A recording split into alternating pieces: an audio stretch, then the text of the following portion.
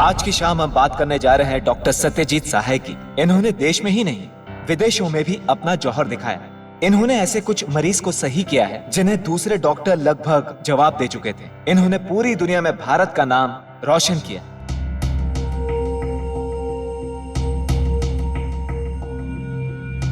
So I would like to call on stage Dr. Sahai. Please welcome sir.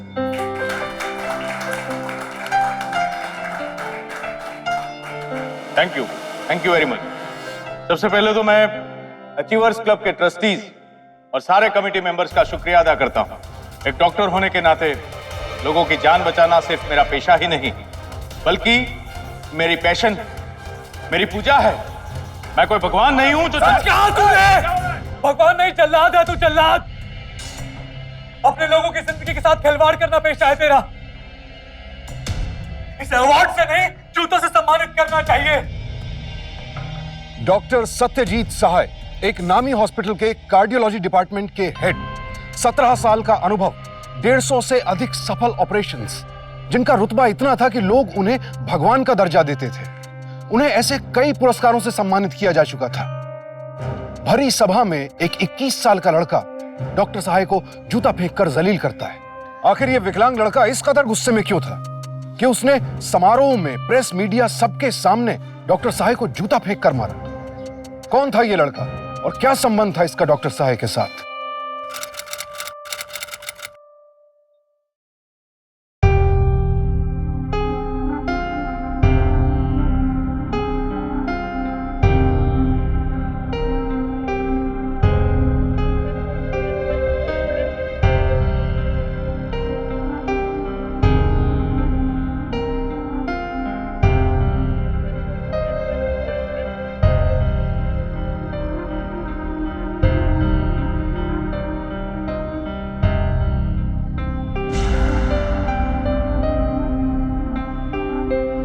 कर रही हो ये? कोई जंग जीत कर लौटा हूं क्या?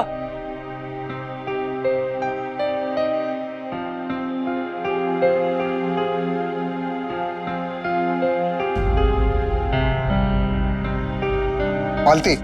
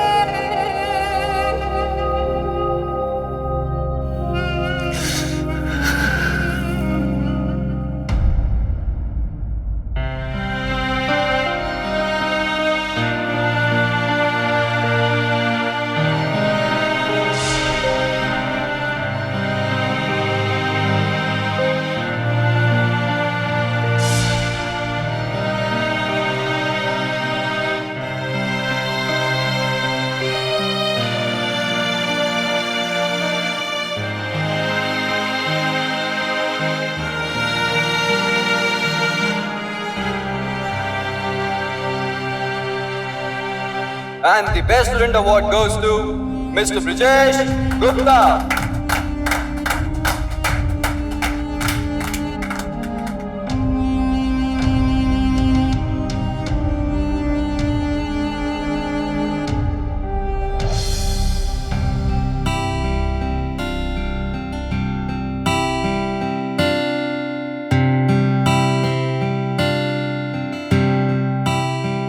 ब्रजेश, ये ले, चल दूध पी ले। रख दीजिए माँ, अभी पी लेता हूँ। पहले दूध पी ले। मम्मा बस लास्ट रह गया, अभी नहीं पी ले। नहीं नहीं मम्मा पी नहीं ले। कुछ रहने दो, बाद में। चल दूध पी ले पहले, फटाफट ले। हॉस्टल में पढ़ाई, घर में पढ़ाई, सारा दिन तू पढ़ाई करता रहेगा तो तेरी आंखें खराब नहीं होगी? और फिर पढ़ूंगा लिखूंगा नहीं तो आर्किटेक्ट कैसे बनूंगा? और आर्किटेक्ट नहीं बनूंगा तो आपको और बाबा को सैर कैसे कराऊंगा? तो दूध भी पीना पड़ेगा। तो माँ पढ़ना भी तो पड़ेगा फिर।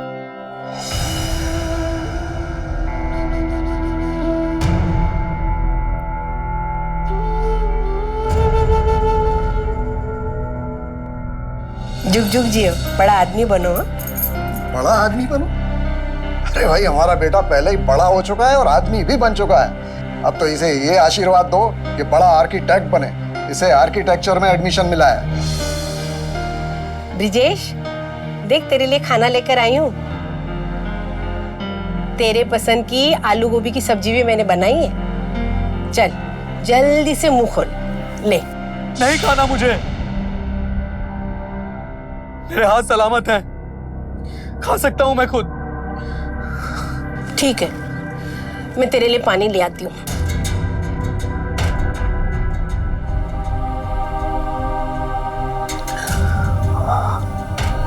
माँ, तो खुद ही खिला देना।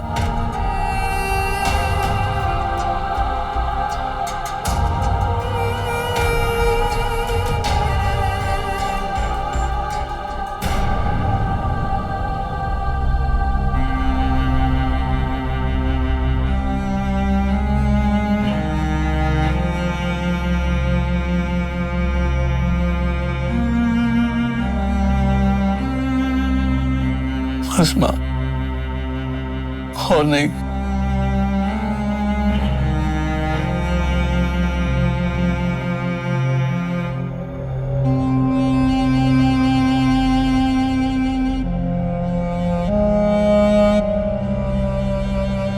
Thank you sir, thank you very much.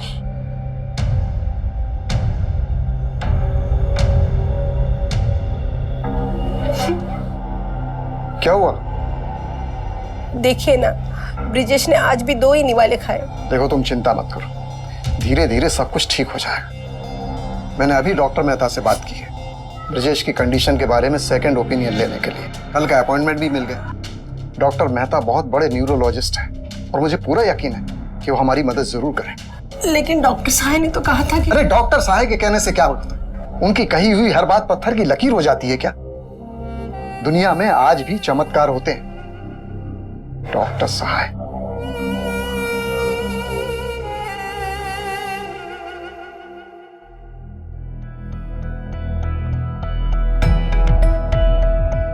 कुछ महसूस हुआ?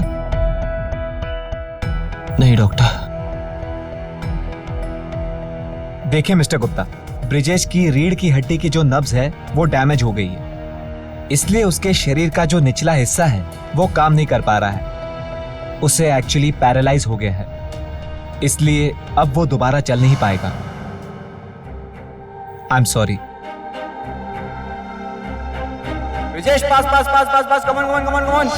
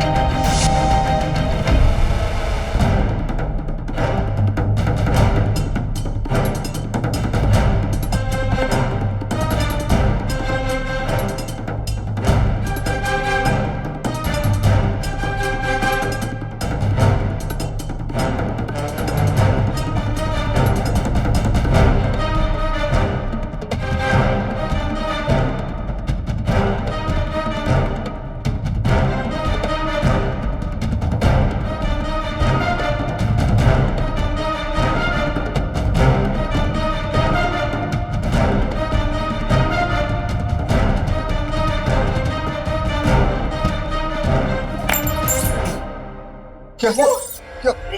अरे ब्रिजेश, ब्रिजेश बेटा, क्या हुआ बेटा? हट जाओ, हट जाओ, हट जाओ। अरे उठो ना। आप डॉक्टर हट जाओ, मैं अपाहिज नहीं हूँ, नहीं मैं अपाहिज। अरे बेटा ने खुद से उठ सकता हूँ, खुद से उठ सकता हूँ मैं।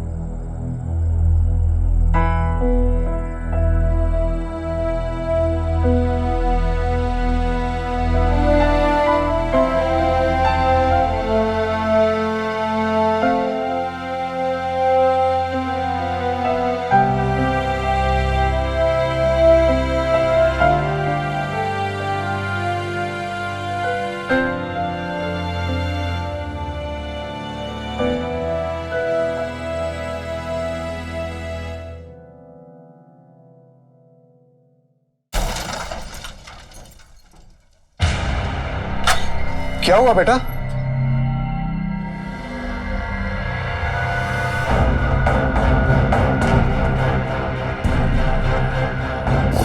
क्या हुआ बेटा? क्यों रो रहा है? हाँ? बोलना।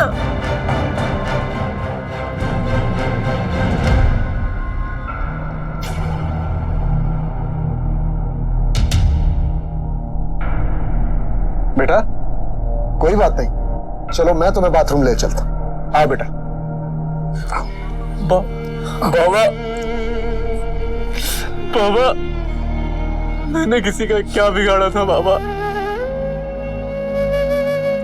ऐसा मेरे साथ ही क्यों हुआ बाबा?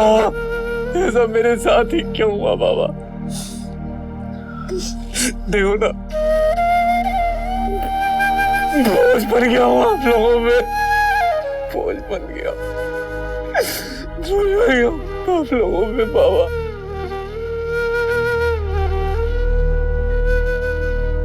ब्रिजेश गुप्ता जैसा हंसता खेलता तंदुरुस्त और स्वावलंबी लड़का जो कल तक अपने भविष्य के सपने बुन रहा था, कॉलेज जा रहा था, फुटबॉल टीम का कैप्टन था, आज उसके लिए सिर्फ अपने बिस्तर और व्हील चेयर तक सीमित रह जाना मौत से कम नहीं था। और इस बेबसी का असर अब उसके दिलो दिमाग पर भी दिखने लगा था। हंसमुख और मिलनसार ब्रिजेश अब दिन ब दिन गुस्सैल और चिड़चिड़ा होता जा रहा था। उसे अपनी छोटी से छोटी जरूरत के लिए दूसरों का सहारा लेना पड़ता था। उसका आत्मविश्वास खत्म होता जा रहा था। लेकिन सवाल यह है कि ब्रिजेश इस अवस्था में पहुंचा कैसे? कोई भी माता पिता अपने बच्चे को यूं घुट घुट कर मरता नहीं देख सकते। लिहाजा ब्रिजेश के माता पिता भी इसी कोशिश में लगे थे कि किसी भी तरह उनके बेटे का खोया आत्मविश्वास फिर से लौट आए।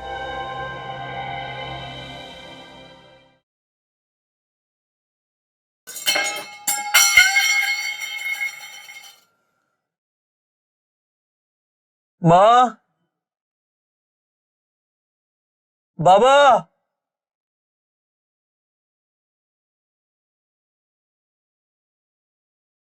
माँ, बाबा,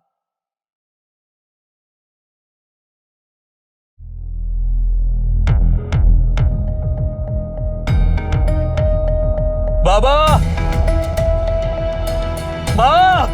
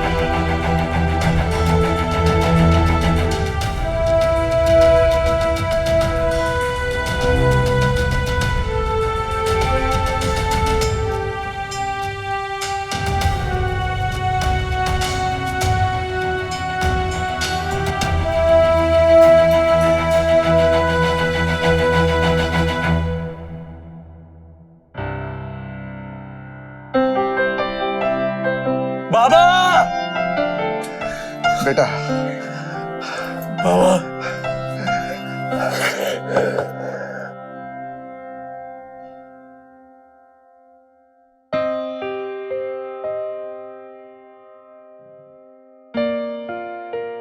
अरे ब्रिजेश, कहाँ खोया हुआ यार? चल हमसे बात नहीं करनी, कम से कम न्यूज़पेपर तो पढ़, तुझे दीन दुनिया की खबर तो पता लगे। ले।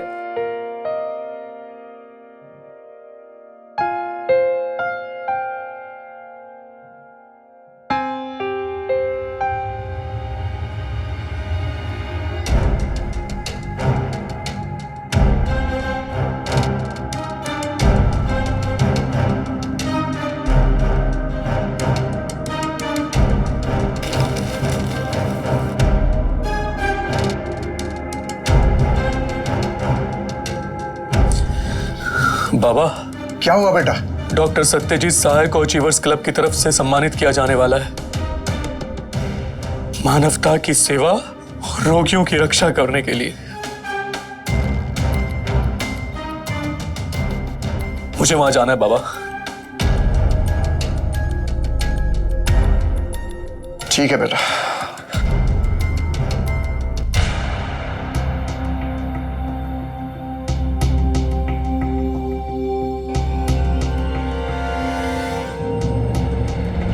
आज की शाम हम बात करने जा रहे हैं डॉक्टर सत्यजीत सहाय की। इन्होंने देश में ही नहीं विदेशों में भी अपना जौहर दिखाया।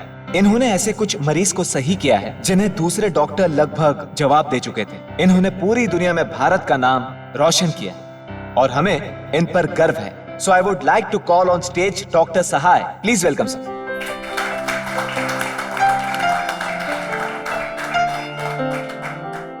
Thank you very much. सबसे पहले तो मैं अचीवर्स क्लब के ट्रस्टीज और सारे कमेटी मेंबर्स का शुक्रिया अदा करता हूं। एक डॉक्टर होने के नाते लोगों की जान बचाना सिर्फ मेरा पेशा ही नहीं बल्कि मेरी पैशन है, मेरी पूजा है। मैं कोई भगवान नहीं हूं तो समझ क्या तूने? भगवान नहीं, जल्लाद है तू, जल्लाद। अपने लोगों की जिंदगी के साथ खिलवाड़ करना पेशा है तेरा। इसे अवार्ड से नहीं, जूतों से सम्मानित करना चाहिए।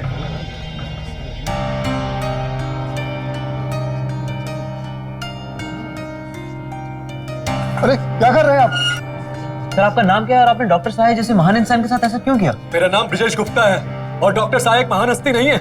वो किसी अवार्ड के हकदार नहीं है बल्कि जूतों के हकदार है। पर क्यों? आखिर क्या दुश्मनी है आपकी डॉक्टर सहाय से? डॉक्टर सहाय ने मेरे बेटे की हालत कर दी है। इस डॉक्टर सहाय ने मेरे बेटे को कुर्सी का मोहताज बना दिया जिंदगी भर के लिए।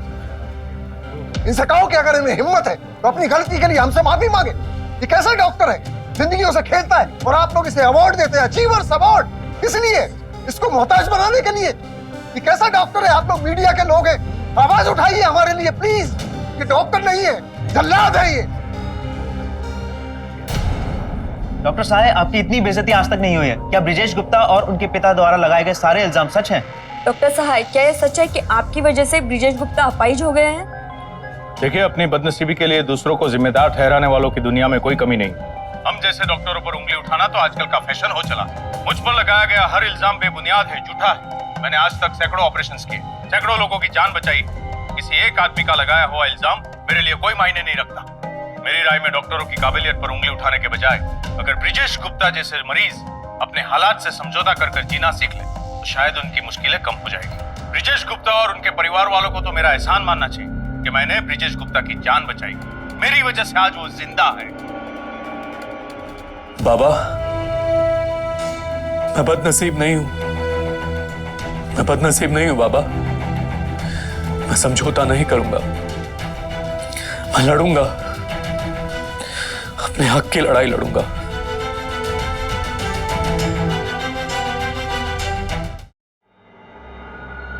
मिस्टर ब्रिजेश, आपकी मेडिकल फाइल तो बिल्कुल ठीक है। इसमें कहीं भी नहीं लगता है कि किसी डॉक्टर से कोई लापरवाही हुई। इस वजह से कोई केस भी नहीं बनता। केस नहीं बनता? वकील साहब, ऑपरेशन से पहले मैं चल सकता था, दौड़ सकता था, कॉलेज जा सकता था, मैं अपना काम खुद कर सकता था।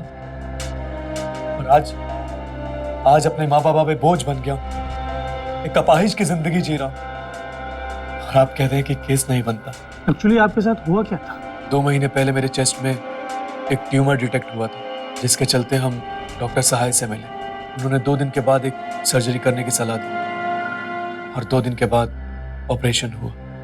डरने की कोई बात नहीं है, मामूली ऑपरेशन है, ठीक हो जाएगा। ऐसे बहुत सारे केसेस मैंने हैंडल किए, आप लोग यहीं पर रुकिए, ठीक है?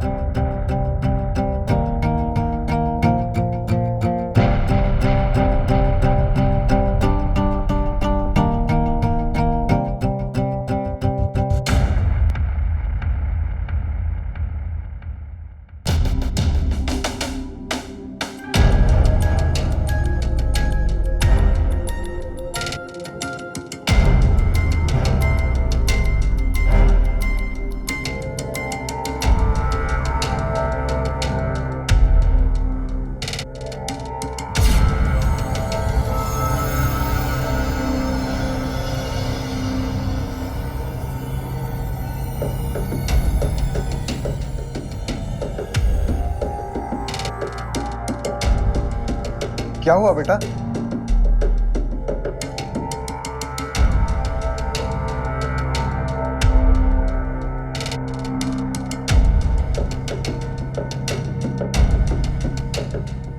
बाबा, बाबा कुछ मुझे नीचे का हिस्सा महसूस नहीं हो रहा है बाबा। मैं अपने पैर नहीं हिला पा रहा हूं।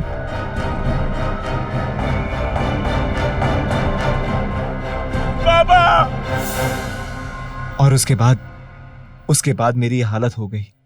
ऐसी ऑपरेशन से पहले मेरा बेटा ऐसा नहीं था। जरूर डॉक्टर साहब से कुछ गलती हुई और उनकी गलती का खामियाजा मेरा बेटा भुगत रहा। इसके लिए हम किसी मेडिकल एक्सपर्ट से कंसल्ट कर लेते हैं, देखते हैं उनकी क्या राय। ठीक है वकील साहब, जैसा आप ठीक समझे। जिस तरह का ट्यूमर आपका रिपोर्ट दिखा रहा है उसे हमारी मेडिकल भाषा में एक्सटेंडेड ट्यूमर कहते हैं। अब ऐसे केसेस में इस कंडीशन में कई कारण हो सकते हैं। फॉर एग्जाम्पल, ऑपरेशन के दौरान दी गई एनेस्थेसिया भी एक कारण हो सकती है। इसलिए हम डॉक्टर सहाय के ऊपर डायरेक्टली इल्जाम तब तक नहीं लगा सकते जब तक हमें यह पता नहीं चल जाता कि आखिर ऑपरेशन थिएटर में कहीं गलती हुई थी भी या नहीं। I am sorry mister Gupta, मैं हारने के लिए ये आपका केस नहीं लड़ सकता।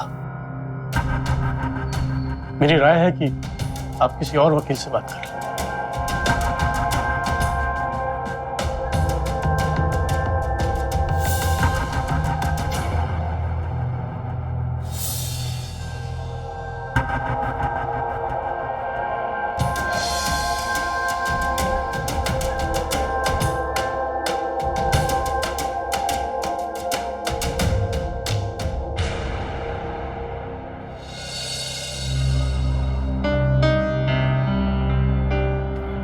रुक क्यों गए?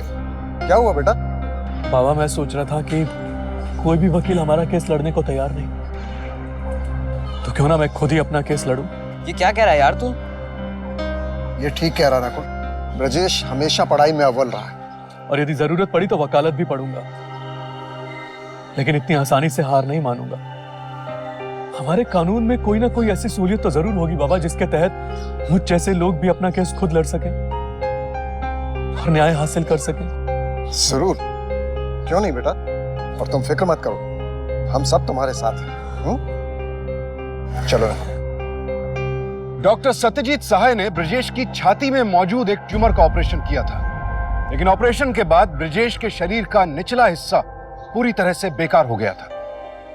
ब्रजेश की नजरों में डॉक्टर सहाय ही इसके लिए जिम्मेदार थे और वो उन्हें उनकी लापरवाही के लिए कटघरे में खड़ा करना चाहता था। लेकिन कोई भी वकील ब्रजेश का केस हाथ में लेने को तैयार नहीं था।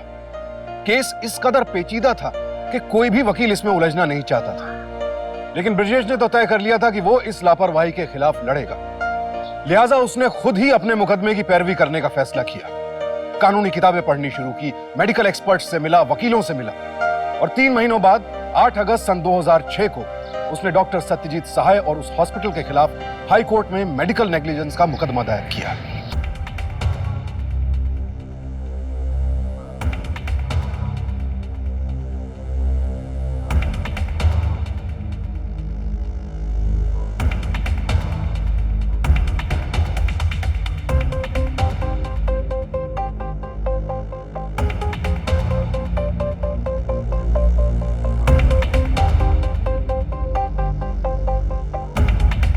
डॉक्टर सहाय, इससे पहले कि मामला और बिगड़ जाए हमें कुछ करना पड़ेगा।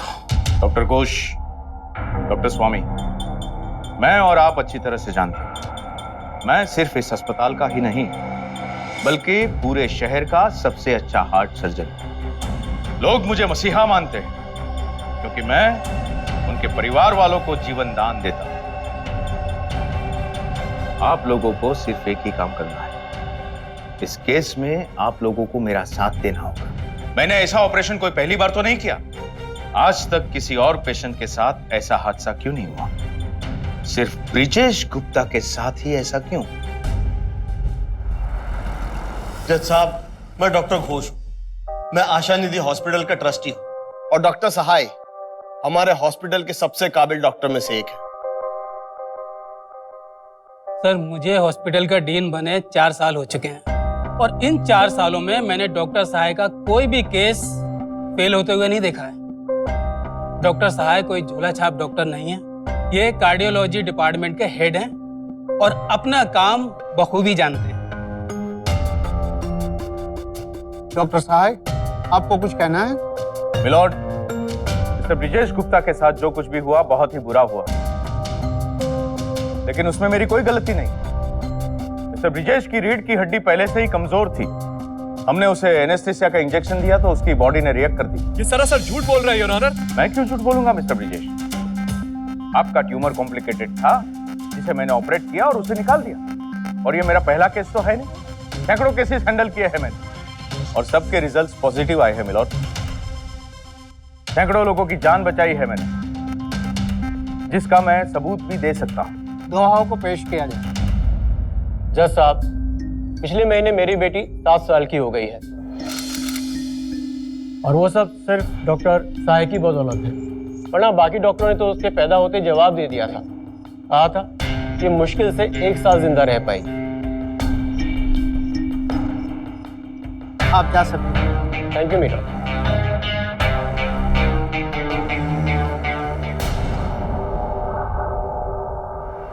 बतौर मेडिकल एक्सपर्ट आपने ब्रजेश गुप्ता की केस हिस्ट्री के बारे में जांच पड़ताल तो की होगी ना? जी। तो क्या अनुमान लगाया? देखिए, मिस्टर ब्रिजेश की रिपोर्ट्स को देखकर ये बताना मुश्किल है कि इनकी कंडीशन की एक्चुअल कारण क्या रही होगी। मैं समझा नहीं, आप कुछ और खुलासा करेंगे? मिस्टर ब्रिजेश गुप्ता की रिपोर्ट के मुताबिक इनको जो ट्यूमर था उसे मेडिकल टर्म्स में एक्सटेंडेड ट्यूमर कहते हैं। ये ट्यूमर उनको छाती में जरूर था, लेकिन उसकी जड़ इनके रीढ़ के हड्डी के पास भी थी। इसीलिए ऐसे केसेस में इन तरह की कंडीशन के कई कारण हो सकते हैं। ऐसे कौन से कारण होते होंगे? जैसे ऑपरेशन में दी गई एनेस्थेसिया पेशेंट के शरीर पर रिएक्ट कर सकती है। इसलिए डॉक्टर सहाय पर हम डायरेक्टली तब तक इल्जाम नहीं लगा सकते जब तक हमें ये नहीं पता चल जाता कि ऑपरेशन थिएटर में वाकई में कोई गलती हुई थी। यानी आपका मानना है कि डॉक्टर सहाय दोषी नहीं है? Objection your honour. Defence witness पर अपनी सोच लाद रहे हैं। Objection sustain. थैंक्स। तो क्या आपने डॉक्टर सहाय को दोषी पाया? जी, कुछ कहा नहीं जा सकता इस वक्त। लेकिन इसका मतलब ये नहीं कि डॉक्टर सहाय दोषी नहीं है। Am I right? जी, ये भी मुमकिन है कि रीढ़ की हड्डी की नब्ज ऑपरेशन के दौरान डैमेज हो गई हो। अब खुद डॉक्टर सहाय ये सब बता सकते हैं या फिर वो लोग बता सकते हैं जो ऑपरेशन थिएटर में डॉक्टर सहाय के साथ मौजूद थे। जज साहब, मैं डॉक्टर सहाय के असिस्टेंट डॉक्टर्स और नर्सेस को बुलाने की इजाजत चाहूंगा। ये अदालत हुक्म देती है कि अगली सुनवाई में इन सभी को बतौर गवाह पेश किया जाए। The court is adjourn.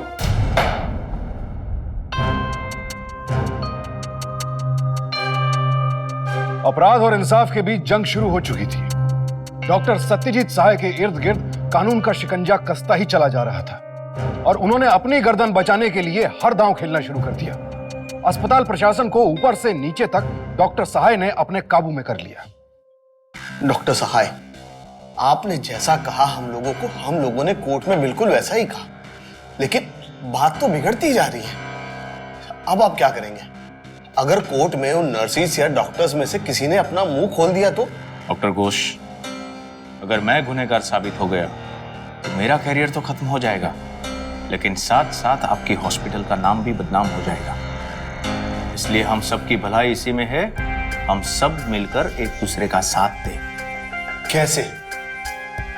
Junior doctors और नर्सिस को तो मैं संभाल लूंगा, मुझे चिंता है तो सिर्फ एक आदमी की।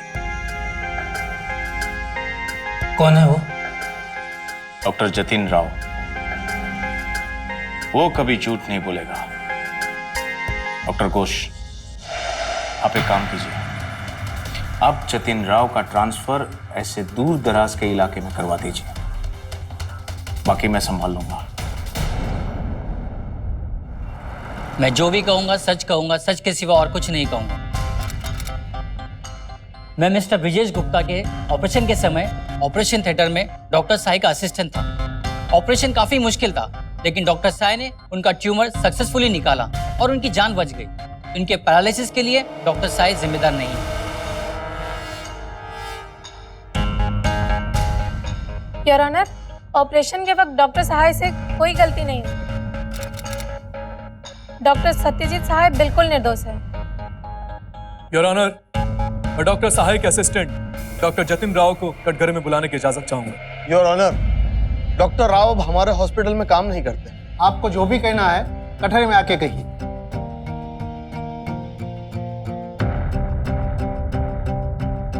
योर ऑनर, डॉक्टर राव हमारा हॉस्पिटल छोड़कर चले गए। कहाँ गए, क्यों गए, हमें कुछ पता नहीं। तो क्या आपने उनकी गुमशुदगी की पुलिस कंप्लेन नहीं की? जी हाँ, हमने पुलिस कंप्लेंट की थी। ये लीजिए इंस्पेक्टर साहब, आप बिल्कुल चिंता मत कीजिए। यूं समझ लीजिए कि आपका और आपके पूरे परिवार का हेल्थ इंश्योरेंस फ्री में हो गया। जब भी जरूरत हो ये अस्पताल आपके लिए हाजिर है। क्यों डॉक्टर घोष? जी बिल्कुल। बस इंस्पेक्टर, आप सिर्फ कोर्ट में बिल्कुल वैसा ही कहिएगा जैसा मिस्टर सहाय ने आपसे कहा। जी हाँ, हॉस्पिटल ने डॉक्टर जतिन राव के गुम हो जाने की रिपोर्ट दर्ज कराई थी, लेकिन जब कोई अपनी मर्जी से कहीं चला जाता है तो उन्हें ढूंढ पाना हमारे लिए और भी मुश्किल हो जाता है मालूम। और शायद इसीलिए डॉक्टर जतिन राव को हम ढूंढ नहीं पाते थे। दोनों तरफ की दलीलें सुन ली गई। ये अदालत पुलिस डिपार्टमेंट को आदेश देती है कि डॉक्टर राव को खोज निकाले। ऐसा लग रहा था कि ब्रजेश की सारी मेहनत पर पानी फिर गया था। ब्रजेश को पूरा यकीन था कि सभी डॉक्टर्स और नर्सेस झूठ बोल रहे थे, लेकिन उन्हें गलत साबित करने के लिए उसके पास कोई भी ठोस सबूत नहीं था। ऐसे में ब्रजेश और उसके परिवार वालों के पास अब सिर्फ एक ही रास्ता बचता था, डॉक्टर सहाय के उस असिस्टेंट को ढूंढ निकालना।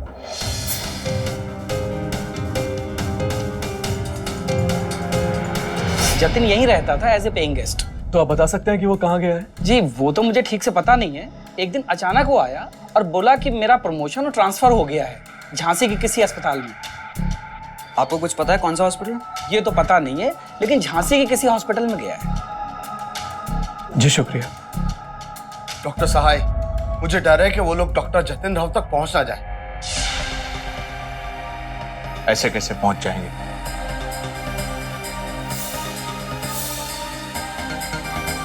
हेलो,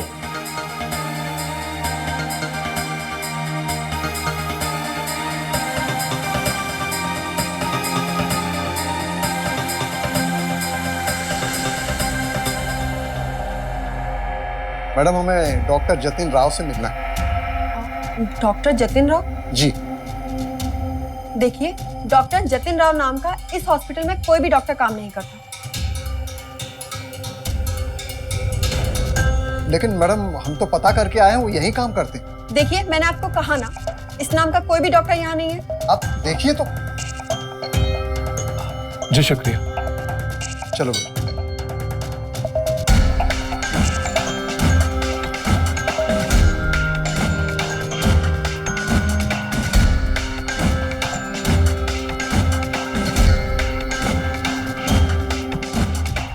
तू चाहता क्या है यार?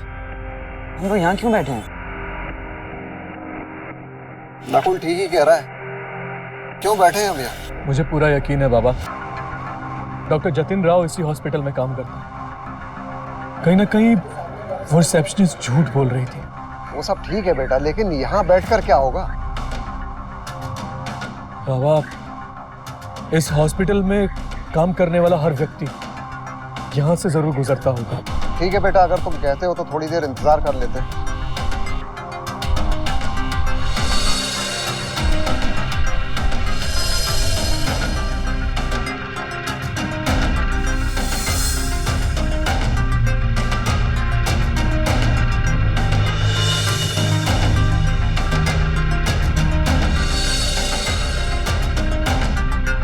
डॉक्टर जतिन राव,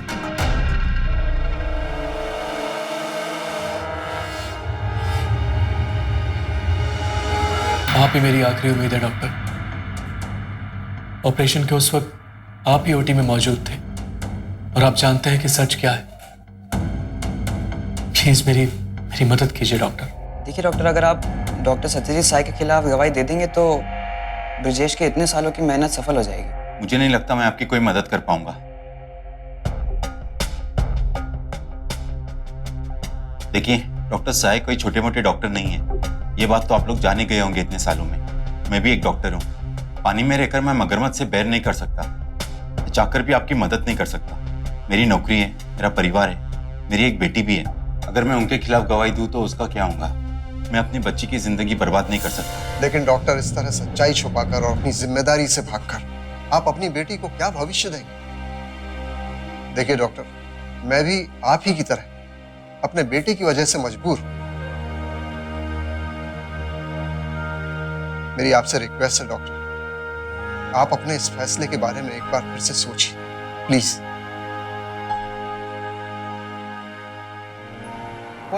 कोई ठोस सबूत या चश्मदीद गवाह न मिलने पर यह अदालत डॉक्टर सत्यजीत सहाय को योर ऑनर,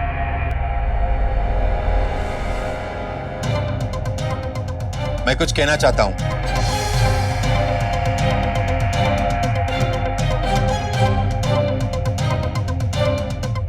ऑनर, उस दिन 16 सितंबर 2005 को जब ये पेशेंट हमारे पास आया, सर पेशेंट का नाम है ब्रिजेश गुप्ता, उम्र 20 साल। There is a tumour on the right side of his chest. सारे डिटेल सुनाने की कोई जरूरत नहीं, 2 दिन बाद का ऑपरेशन बुक करो। Sir the tumour is extended till the spinal cord. आप एक बार पोजीशन देख तो लीजिए। Will have to book the neurosurgeon also. अब तुम सिखाओगे मुझे ट्यूमर के बारे में? जब मैं ऑपरेशन करता हूं तो ना ही किसी की सलाह सुनता हूं, ना ही दूसरे डॉक्टर को बुक करता हूं, समझे? सर ऐसे ऑपरेशन में न्यूरोसर्जन का होना जरूरी होता है। बहुत प्रॉब्लम हो रही है तुम्हें? अगर तुम्हें इतनी ही प्रॉब्लम है तो मेरे साथ ऑपरेशन थिएटर में मैं दूसरा डॉक्टर रख लूं।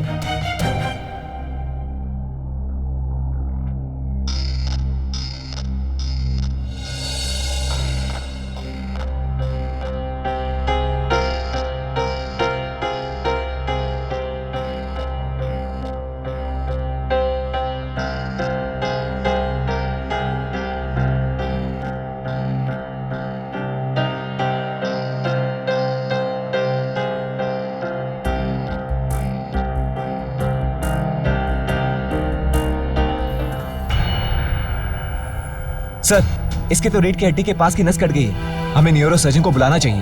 मैंने कहा तुमसे नहीं ना, किसी को बुलाने की कोई जरूरत नहीं। तुम्हें क्या लग रहा है तुम किसी नौसिखे डॉक्टर के साथ काम कर रहे हो?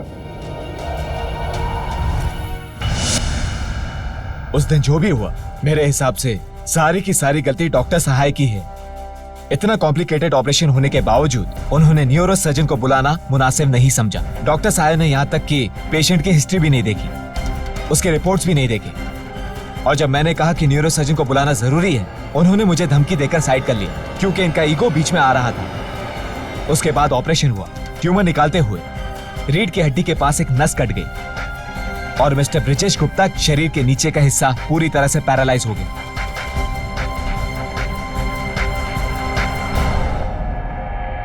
तो आपने ये बात हॉस्पिटल अथॉरिटी को क्यों नहीं बताई?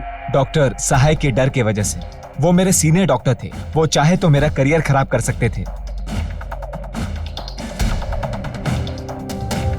डॉक्टर राव की जुबानी इस केस में काफी रोशनी डाली, इसलिए अदालत डॉक्टर सहाय को दोषी मानती।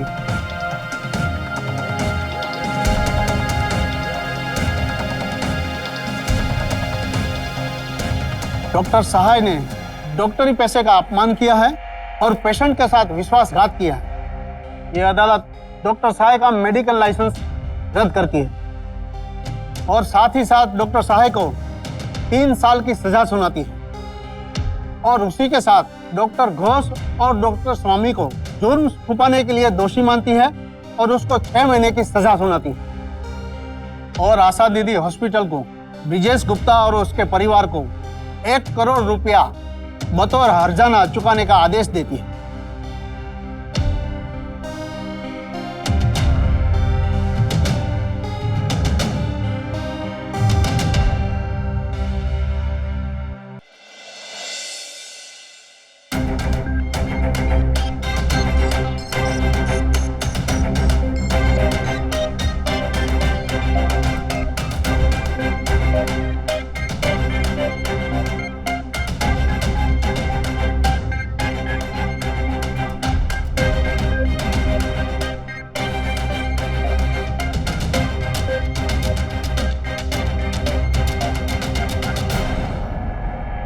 आखिरकार ब्रिजेश की जीत हुई, उसे इंसाफ मिला। डॉक्टर सत्यजीत सहाय को मेडिकल नेग्लिजेंस और कंज्यूमर प्रोटेक्शन एक्ट के तहत 3 साल कैद की सजा सुनाई गई और उनका मेडिकल लाइसेंस भी खारिज कर दिया गया। डॉक्टर स्वामी और डॉक्टर घोष को अपराधी का साथ देने और अपराध छुपाने के जुर्म में 6-6 महीने कैद की सजा सुनाई गई और अदालत ने आशा निधि हॉस्पिटल को हुक्म दिया कि वो ब्रिजेश को बतौर हर्जाना 1 करोड़ रुपए की रकम अदा करें। यह रकम हमारे देश में मेडिकल नेग्लिजेंस के केसेस के इतिहास में आज तक की सबसे बड़ी रकम है। इस जीत ने ब्रजेश को सिर्फ न्याय ही नहीं दिया, बल्कि उसका खोया हुआ आत्मविश्वास, उसकी जीने की चाह भी लौटाई। जीत के बाद ब्रजेश ने अपनी अधूरी पढ़ाई पूरी करने का फैसला किया। वो अपना और अपने माता पिता का सपना पूरा करना चाहता था, आर्किटेक्ट बनना चाहता था। जरा सोचिए, ब्रजेश के लिए यह जंग कितनी मुश्किलों भरी थी। इस लड़ाई में उसे सिर्फ अन्याय ही से नहीं, खुद अपने आप से भी लड़ना था, लेकिन उसने हिम्मत नहीं हारी।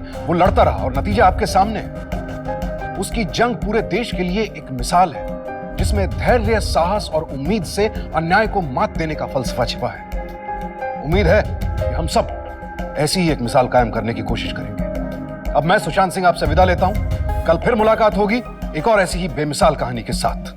देखते रहिए सावधान इंडिया, 100 दिन 100 फाइट फैक्ट्स।